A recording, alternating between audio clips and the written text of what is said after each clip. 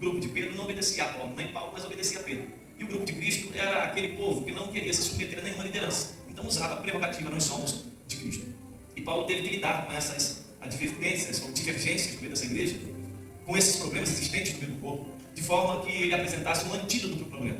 E quando você vai lá para o capítulo 13 desse livro, eu gostaria de pedir a você que abra aí sua Bíblia, você que está com a Bíblia no seu tablet, smartphone, abra aí no capítulo 13, só para nortear isso, para a gente entender que a solução para o problema da igreja, quaisquer que sejam hoje os problemas existentes na vida da igreja, e Paulo vai apresentar o problema para uma igreja dividida, uma igreja que está encharcada de situações vindas do mundo para dentro. E ele começa o capítulo 13, a partir do verso 1, dizendo o seguinte: ainda que eu falasse as línguas dos homens e dos anjos e não tivesse amor, seria como o metal que soa ou como o símbolo que retira. Ainda que tivesse o dom de profecia e conhecesse todos os mistérios e toda a ciência, ainda que tivesse toda a fé de maneira tal que transportasse os montes e não tivesse amor, nada seria. Ainda que distribuísse todos os meus bens para o sustento dos pobres, e ainda que entregasse meu corpo para ser queimado e não tivesse amor, nada disso me aproveitaria. O amor é sofredor, é benigno, o amor não é invejoso, o amor não se vangloria, não se soberbece, não se porta inconvenientemente, não busca os seus próprios interesses, não se irrita, não suspeita mal, não se regozija com a injustiça, mas se regozija com a verdade. Tudo sofre, tudo crê, tudo espera, tudo suporta. O amor jamais acaba, mas havendo profecias serão aniquiladas, havendo línguas cessarão, havendo ciência desaparecerá. Porque em parte conhecemos, em parte profetizamos, mas quando vier o que é perfeito, então quem em parte será aniquilado. Quando eu era menino pensava como menino, mas logo que cheguei a ser homem acabei com as coisas de menino. Porque agora vemos como por espelho em enigma, mas então veremos face a face. Agora conheço em parte, mas então conhecerei plenamente, como também sou plenamente conhecido. Agora, pois, permanecem a fé, a esperança e o amor. Estes três, mas o maior destes é o amor. Paulo vai apresentar para essa igreja aqui, problemática, que o único antídoto capaz de vencer os problemas que essa igreja vivia era o amor. E quando a gente fala hoje de amor, o amor foi tão banalizado, a palavra amor foi tão banalizada, que parece que a gente perdeu a dimensão do que verdadeiramente significa amar. O termo aqui para amor, irmãos, não é paixão. O termo aqui não é um amor fraterno, filhos. O amor aqui, de que Paulo está falando, é um amor ágape. É o amor que vem de Deus para nós. É o amor que deve ser exercitado como exemplo extremo, máximo de amor. Quando a gente participa da ceia, não tem como a gente sentar na mesa sem pensar nesse amor incondicional de Deus por nós. O amor que foi capaz de fazer com que Deus desse o melhor que ele tinha no céu, que foi seu Filho Jesus, que veio para reposicionar tudo aquilo que tinha saído do lugar de origem por causa do pecado, do homem, dos meus, dos seus pecados. Eu sei que a gente não era nascido na época em que Adão e Eva erraram, mas a gente também não era nascido quando Cristo se sacrificou por nós. Então, da mesma forma que nós herdamos o pecado por causa do pecado dos nossos pais, Adão e Eva, nós também herdamos a graça, a salvação por causa do sacrifício, morte e ressurreição de Cristo. Então, sentar na mesa não é simplesmente você pegar um pouquinho de suco de uva, um pouquinho, um pedacinho de pão e comer e beber e assim está tudo bem. Não, ceia é renúncia. Ceia é abandonar o que agrada a mim, para privilegiar aquilo que agrada ao rei. Quando eu participo da ceia, eu estou replicando aquilo que Cristo fez por nós. Então, quando eu falo que a ceia é a festa mais importante da igreja, é porque realmente é. Eu sei que você pode falar sobre Pentecostes, você pode falar sobre Yom Kippur, você pode falar sobre várias festas que a igreja vivia, você pode falar sobre uma infinidade de festas, mas se isso aqui não tivesse acontecido, nós hoje não estaríamos aqui. Se Cristo não tivesse se deixado rasgar por nós, se o céu não tivesse entregue o que ele tinha de melhor por nós, para satisfazer a ira de Deus, para reposicionar a gente no nosso lugar de origem, de comunhão, hoje a gente não estaria aqui. Então, sentar-se à mesa não é simplesmente participar de uma cerimônia. Sentar-se à mesa é lembrar o quão miserável eu sou e o quão dependente da graça eu sou diariamente. Porque se a gente fosse colocar uma cartilha de justiça aqui, quem teria a audácia de assinar o primeiro lugar nela? A Bíblia diz que as nossas justiças para Deus são como trapos de imundícia. E eu não sei se você tem percebido, mas Deus tem chamado a nossa atenção para a urgência do retorno da igreja para o lugar de origem dela. Porque quando você olha a história da igreja, você percebe que cada dia que passa, cada ano que passa, a igreja tem se distanciado mais do seu lugar de origem. É um lugar de origem, irmãos. Por exemplo, se você tirar um peixe da água, o que acontece com ele? Não sei que é besteira estar perguntando isso, mas morre. Porque aquele ser nasceu para viver onde? Se você desconectar uma árvore da terra, o que acontece com ela? Morre. Porque a origem da árvore é a terra. E se você desconecta o homem de Deus, o que acontece com ele? Ele morre. Então Deus tem tentado alertar a igreja para que ela retorne para Deus. E só tem um jeito de você retornar para Deus. É através da pessoa bendita de Jesus. Amém? Jesus é a porta que nos conecta de volta a Deus. Quando a gente começa a ver Cristo na Bíblia, por exemplo, Ele é o bom pastor, ele é o Cordeiro de Deus que tira o pecado do mundo. Ele é Deus Pai, Deus Filho, Deus Espírito Santo. Ele é Emanuel, que significa Deus conosco. Ele é o Filho de Deus, ele é o grande eu sou. Ele é o homem do meio, é o início de toda a criação. Ele é o juiz que há de voltar para julgar as nações rebeldes. Ele é o leão da tribo de Judá, o mais formoso entre os milhares. Ele é o nascido de mulher, onisciente, onipotente, onipresente. Ele é o príncipe da paz, o quarto homem da fornalha, a resplandecente estrela da manhã, a raiz de Davi. E a gente poderia ficar aqui dando uma infinidade de adjetivos para Jesus, mas Jesus é o único elo de ligação entre você e Deus. Não há outro caminho. Não há outro caminho, querido. Você pode buscar nos prazeres, você pode buscar na bebida, você pode ir para as drogas, você pode tentar com mulheres, com baladas, com vale night, você pode fazer o que você quiser. Isso vai até satisfazer momentaneamente a sua carência emocional, o vazio que tem dentro. Mas a única pessoa capaz de preencher o vazio existente na alma humana se chama Jesus Cristo de Nazaré. Jesus Cristo que vive e reina para todo sempre. Sabe o que tem faltado para a igreja hoje, irmãos? Não é mais equipamentos. Porque na época de João Batista não tinha nada do que a gente tem aqui. Sabe o que tem faltado para a igreja hoje? Não é um lugar melhor, mais pomposo, porque as igrejas, ou a igreja primitiva, os irmãos da igreja primitiva, eles se reuniam em casas, e quando tinha casa fazia isso até na rua. O que está faltando para a igreja hoje é voltar a valorizar o eixo da igreja, a pedra angular, a pedra de esquina, Jesus Cristo de Nazaré. Não tem outro caminho. Sabe o que faz uma igreja crescer? O que faz uma igreja crescer não é a metodologia aplicada dela, porque você pode usar, por exemplo, pequenos grupos, chamados de células, GCs e por aí fora. Você pode, por exemplo, trabalhar no sistema tradicional. Você pode mudar os louvores, você pode cantar os louvores antigos, hino da harpa, cantor cristão, worship. Tudo isso são metodologias, mas tudo isso não vale de nada se Jesus não for o fundamento da igreja. Então, todos os meses, quando nós participamos da ceia, nós estamos lembrando de quem? Quem é o responsável por estar de pé? Por que eu me levanto e me esforço todo dia para estar na presença dele? Não há prerrogativa nenhuma em mim e nem em ninguém que está aqui que dê a gente a relevância de ir para o céu sem ele. Quem sabe a sua vida tem estado tanto quanto apática, sem sentido, porque você tem tentado em todos os ambientes, menos tendo Jesus como a razão da sua existência. As portas estão abertas para você porque a mão do teu Cristo está lá. Se você está aqui com vida e saúde é porque o braço forte de Jesus tem sustentado você e a sua casa. Se nada tem acontecido contra você, se nenhum mal tem sucedido a você, se praga alguma tem chegado à sua tenda, é porque o poder de Cristo tem blindado você em todas as direções. Então Cristo é a razão da igreja estar viva. A igreja pujante não é aquela que vive de ativismo religioso. A igreja pujante é aquela que reconhece que Cristo é a razão dela existir. A igreja pujante é aquela que valoriza a pessoa bendita de Jesus. Pastor, mas Jesus não está presente na igreja hoje fisicamente, mas Ele está na pessoa do Espírito Santo. Quando os louvores foram entoados, hoje você sentiu o toque dele, foi o Espírito Santo tocando em você. Daqui a pouco, quando você participar dessa ceia e você sentir em seu interior um toque dele, as lágrimas correndo pelo seu rosto, é o Espírito Santo mostrando a você que nada está perdido quando você coloca ele no lugar que ele merece estar em sua vida. Então Cristo está aqui. Quando eu olho para você, eu preciso ver Jesus. Quando eu vejo você vencer mais um dia das dores que você enfrenta, dos motivos diversos que você tem para parar, mas você persevera, você é resiliente, você rompe, você avança, eu preciso ver Jesus fortalecendo você e te dando graça para você conseguir continuar. Porque se depender de nós, irmãos, a gente nem está cá levantando amanhã. Então qual é a verdade? A verdade é que enquanto nós estamos aqui ministrando, pregando, cultuando, tem um monte de gente agora dentro dos cemitérios, chorando, enterrando os seus mortos. Quantas pessoas estão agora no leito de hospital que dariam tudo, escute isso, irmãos. Quantas pessoas estão no leito de hospital que dariam tudo para estar sentado aí no seu lugar e tocar nem que seja mais uma vez nesse pão e nesse cálice? Quantas pessoas estão entubadas? Pessoas que tiveram oportunidades infindas de honrar o Deus que um dia o salvou, se desviaram, foram embora e viveram a vida como se a morte nunca fosse chegar.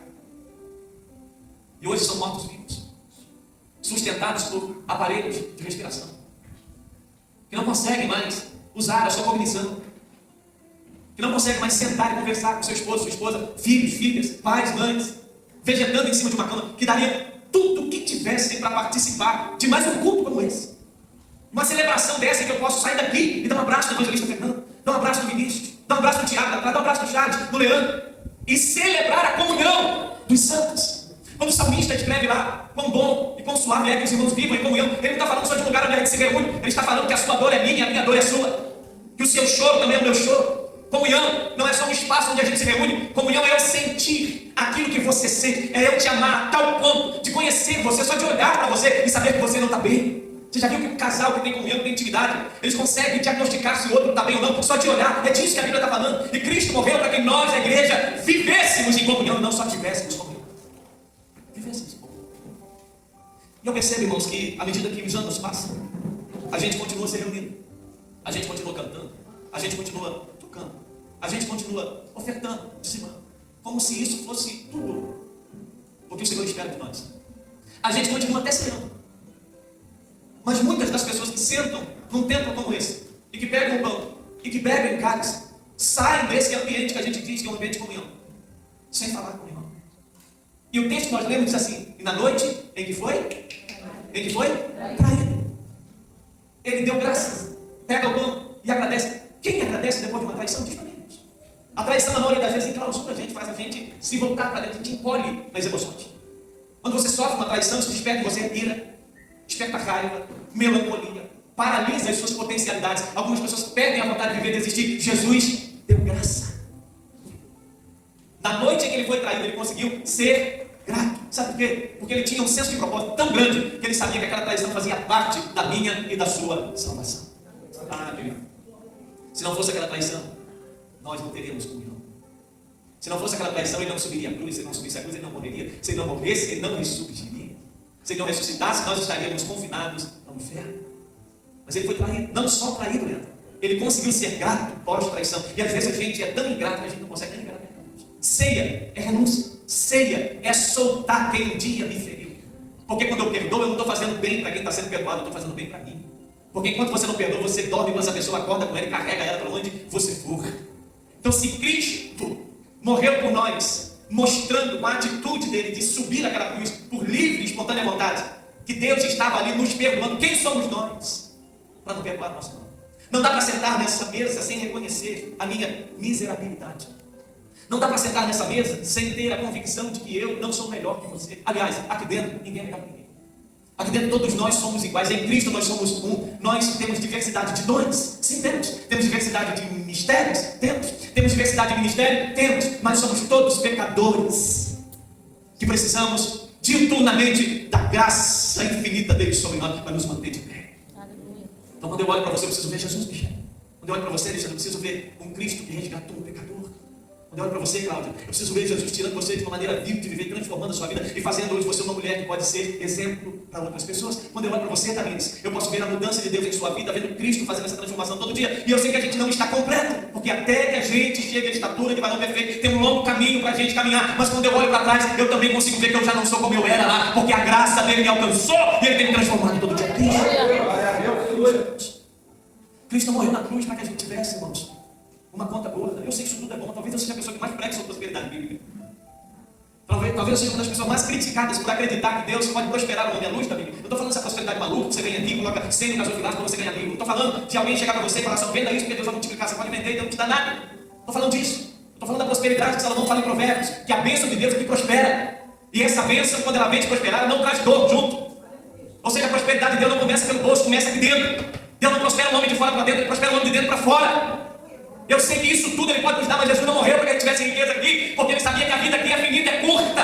Por isso que a palavra diz, não acumule, ele não está falando não tenha. Presta atenção, ele não está falando para você não ter riqueza na terra, ele está falando para você não acumular. A riqueza só é riqueza quando ela passa por você e não para em você. Quem acumula riqueza é miserável, disfarçado de próspero. Não estou falando que Deus não pode dar, ele pode dar, mas ele morreu para nos garantir um céu que eu não poderia obter sozinho. Ele morreu para que eu tivesse vida, e vida abundante. E a abundância aqui não é uma abundância de fartura aqui, é a abundância tamanho que eu sou capaz de soltar tudo que eu tenho para não perder a minha salvação que eu obtive. Aleluia! Quando eu sento nessa mesa da ceia, eu preciso reconhecer que se eu tenho alguma coisa hoje, foi Jesus que me deu. Se eu tenho um casamento, foi Ele que me deu. Se meus filhos estão bem, é Ele que tem sustentado. Se a minha casa está prosperando, e se eu estou passando por luta, é Ele que está permitindo eu passar para aperfeiçoar alguma coisa em mim. Porque Paulo, no auge da sua comunhão com Deus, ele disse, eu sei ter muito, mas eu também sei ter pouco. Eu sei viver na fartura, na abundância, mas eu também sou crente na escassez e na necessidade. Nada pode me separar do amor de Deus que está em Cristo Jesus. O amor de Deus que está em Cristo Jesus. O amor de Deus que está em Cristo Jesus, nosso Senhor. Vou deixar baixinho que eu já grito por natureza mesmo, irmão. Aleluia. Você deixar muito alto aí, eu vou gritar, vai dar pra Você consegue me ouvir até sem microfone? Porque eu era traumatizado de falar nisso aqui. Eu achava minha voz horrível. Talvez ela não seja bonita para você. Eu respeito a sua opinião depois. Mas um dia o Senhor foi lá e me E é evidente que eu não sou o Brad Pitt, mas eu não tenho olho verde. Eu não tenho um corpo musculoso, eu não sou mais alto. Mas eu também não sou de jogar fora, a Josi me achou. Já tem mais de 30 anos que ela não me larga. Teimosa ela, perseverante, resiliente essa menina. Então eu hoje posso falar porque ele arrancou a vergonha que existia. E o inimigo queria incutir em mim que a minha voz era horrível. E eu entendi que o Senhor me fez como menino nos olhos dele. E tudo que há em mim glorifica ele se eu deixar. Aleluia. Eu quero animar você que chegou aqui. Quem sabe você chegou aqui menosprezando até quem você é. E quando você menospreza quem você é, você menospreza a grandeza do Deus que te fez. Ah, pastor, você está querendo dizer que se eu puder melhorar alguma coisa em mim, eu não posso melhorar? Eu não melhoro tudo que eu puder em você. Estou falando isso. Só não deixe o inferno estragar quem você é, porque você é a imagem e semelhança do seu Criador. Então quando eu participo da ceia, eu lembro que ele me fez a imagem e semelhança dele. E o plano dele, o projeto dele foi tão bom, que quando o homem pegou, ele arrumou um jeito de refazer essa... Irmãos, entendam isso. Entendam isso. Ô querido, faça uma introspecção aí comigo. Olhe para quem você era sem Jesus. Eu sei que tem pessoas aqui no nosso meio que se não fosse Jesus, você estaria lá na prostituição agora. Se não fosse Jesus, você talvez estivesse aí num bar, nem bêbado, trêbado. Se não fosse Jesus, talvez agora você estaria com um cartãozinho, arrumando a trilha de cocaína, um cigarro de maconha. Se não fosse Jesus, talvez você estivesse agora dando calote aí em alguém. Quem sabe portando uma arma nas vielas de uma comunidade no tráfico de drogas. Se não fosse Jesus, talvez você estivesse com 2, 3 mulheres, mais de um marido, e achando até que estava abafando, mas no meio dessa lama, a graça dele foi lá. E encontrou a mim, encontrou você, e nos remiu, nos redimiu, nos arrancou de lá, nos lavou, nos limpou, nos regenerou e nos fez novas criaturas. Novas criaturas. E quando a gente olha para esse texto, parece que o Senhor pegou a gente, tirou a roupa suja e botou uma limpa. Não, irmãos.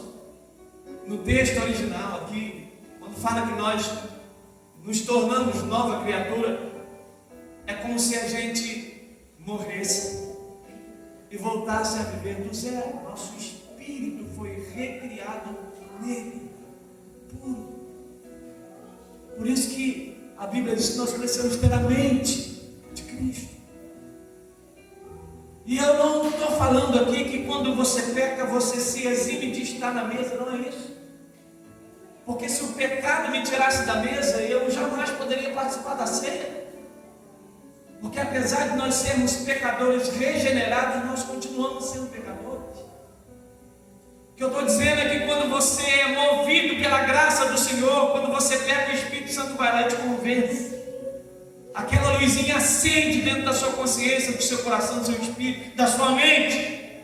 E você vai lá, se ajoelha, você confessa para Ele o que fez. E o sangue dele vem e lava você novamente e te torna apto a estar, a entrar na presença dele sem intermediário. Você não precisa de um sacerdote hoje porque você foi feito rei e sacerdote.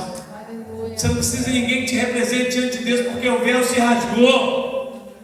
E hoje você veio aqui para ouvir que Jesus é a segurança da sua vida. Jesus é quem tem te mantido de pé, então valorize isso. Reserve tempo para estar em comunhão com Ele. Tem culto na sua igreja? Venha cultuar, venha celebrar, venha estar em comunhão. Não tem culto na sua igreja, quer visitar uma outra igreja? Vá lá celebrar com os nossos irmãos. Se alegre, mas não perca a oportunidade de fazer de Jesus seu melhor amigo. Porque mesmo sendo traído, Ele conseguiu ser grato. Pegou o pão, partiu e disse: tomai, comei, isto é o meu corpo, que é partido por vós. Fazei isto em memória